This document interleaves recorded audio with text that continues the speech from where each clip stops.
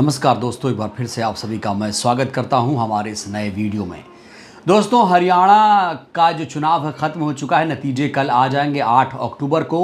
इस बीच उत्तर प्रदेश में होने वाले उपचुनाव को लेकर सरगर्मियां तेज़ हो गई हैं। उत्तर प्रदेश में आपको बता दें 10 सीटों पर उपचुनाव होने जा रहा है, जिसमें से गाज़ियाबाद सीट काफ़ी हॉट सीट मानी जा रही है। गाज़ियाबाद में बसपा ने अपने प्रत्याशी का ऐलान कर दिया है। कौन है वो प्रत्याशी, क्या हैसियत है इनकी और क्या कहा है इन्होंने पार्टी में आने के बाद, आज हम विस्तार से बातचीत करेंगे। लेकिन सबसे पहले हम रवि गौतम की बात करेंगे। रवि गौतम याद है आपको? वो रवि गौतम जिन्होंने बसपा पर गंभीर आरोप लगाए थे और कहा था कि मुझसे पैसे मांगे गए, 30 लाख रुपए मुझसे मांगे गए और जब मैं पैसे नहीं दे पाया तो मुझे कहा गया कि आपका टिकट कट रहा है। बहन जी के सामने भी मैं गया, बहन जी से मैंने मुलाकात की और वहाँ से जवाब आया कि भैया आपके खिलाफ केस है, आप इस उपचुनाव लड़ने के लिए उपयुक्त कैंडिडेट नहीं हो।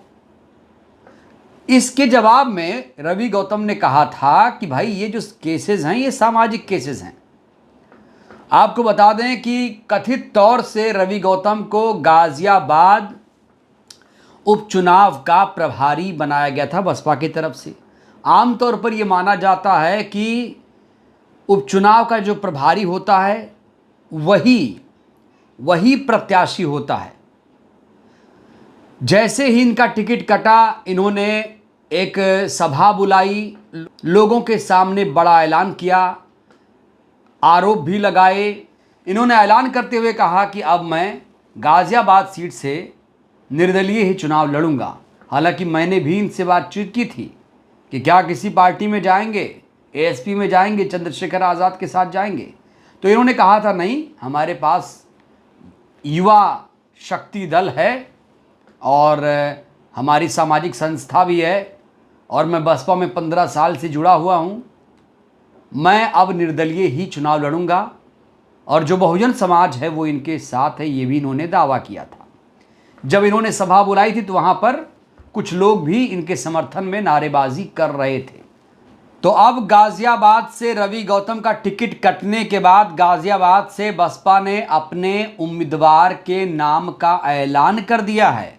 शमशुद्दीन राइन का एक वीडियो भी सामने आया है।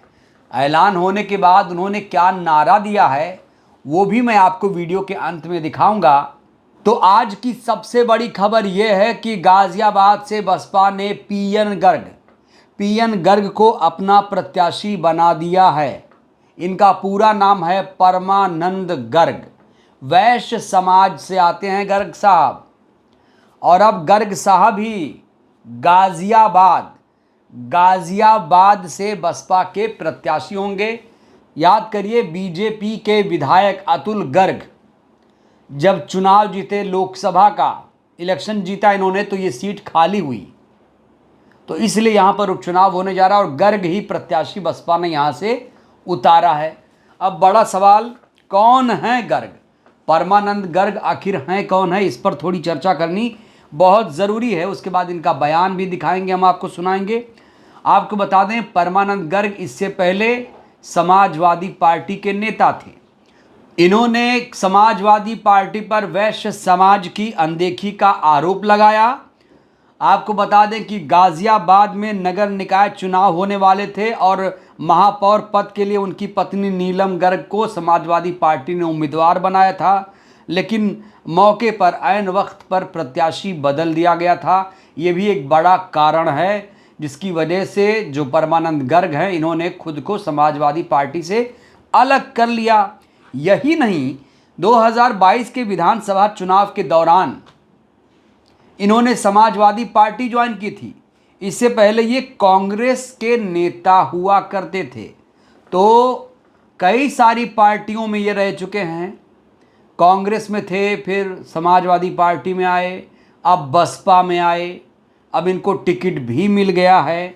इन्होंने क्या कुछ कहा है, क्या बयान दिया है, मैं आपको बताना चाहता हूँ। इस्तीफा देने के बाद, समाजवादी पार्टी से इस्तीफा देने के बाद परमानंद गर्ग ने क्या कहा, मैं आपको बताना चाहता हूं। इन्होंने कहा कि वह वैश्य समाज की आवाज़ बनने के लिए कांग्रेस पार्टी छोड़कर समाजवादी पार्टी में आए थे। एक सच्चे सिपाही की तरह उन्होंने पार्टी की सेवा की, लेकिन पार्टी में कुछ विशेष वर्गों का ही बोलबाला है, ये आरोप लगाया है परमानंद गर्ग साहब ने। इन्होंने कहा कि समाजवादी पार्टी में वैश्य समाज की कोई कदर नहीं है। ये देखकर ही उन्होंने पार्टी छोड़ने का फैसला लिया और अब इन्होंने पार्टी से इस्तीफा दे दिया है। तो दोस्तों, कुल मिलाकर परमानंद गर्ग को बीएसपी ने अपना उम्मीदवार बना दिया है और इससे कहीं ना कहीं जो रवि गौतम हैं उनको एक बहुत बड़ा झटका लगा है। कुछ लोग कह रहे थे कि रवि गौतम की वापसी हो जाएगी, उन्हें प्रत्याशी बना दिया जाएगा, लेकिन अब परमानंद के उम्मीदवार घोषित होने के बाद सारी जो संभावनाएं हैं वो ख़त्म सी हो गई हैं।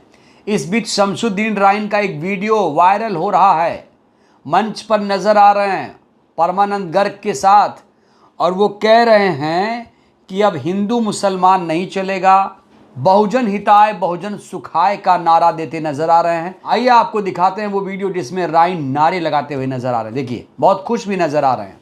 भाजपा से कहना कोई हिंदू मुसलमान नहीं चलेगा। क्या चलेगा? नहीं चलेगा।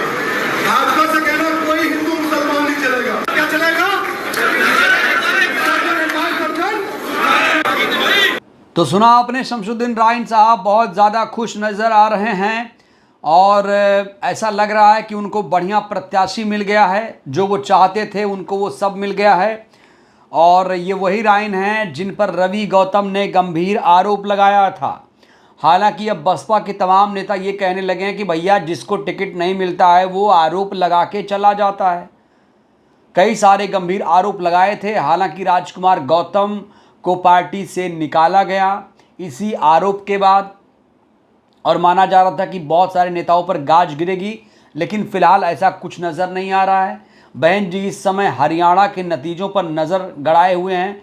हरियाणा से बसपा को बहुत सारी उम्मीदें हैं। तो हरियाणा के बाद आपको बता दें कि उपचुनाव होगा, उसके बाद महाराष्ट्र में भी विधानसभा का चुनाव है, झारखंड में विधानसभा का चुनाव है, दिल्ली में विधानसभा का चुनाव है, और हरियाणा के नतीजे बेहद अप्रत्याशित होने वाले हैं। नतीजों पर हम अगले वीडियो में बात करेंगे।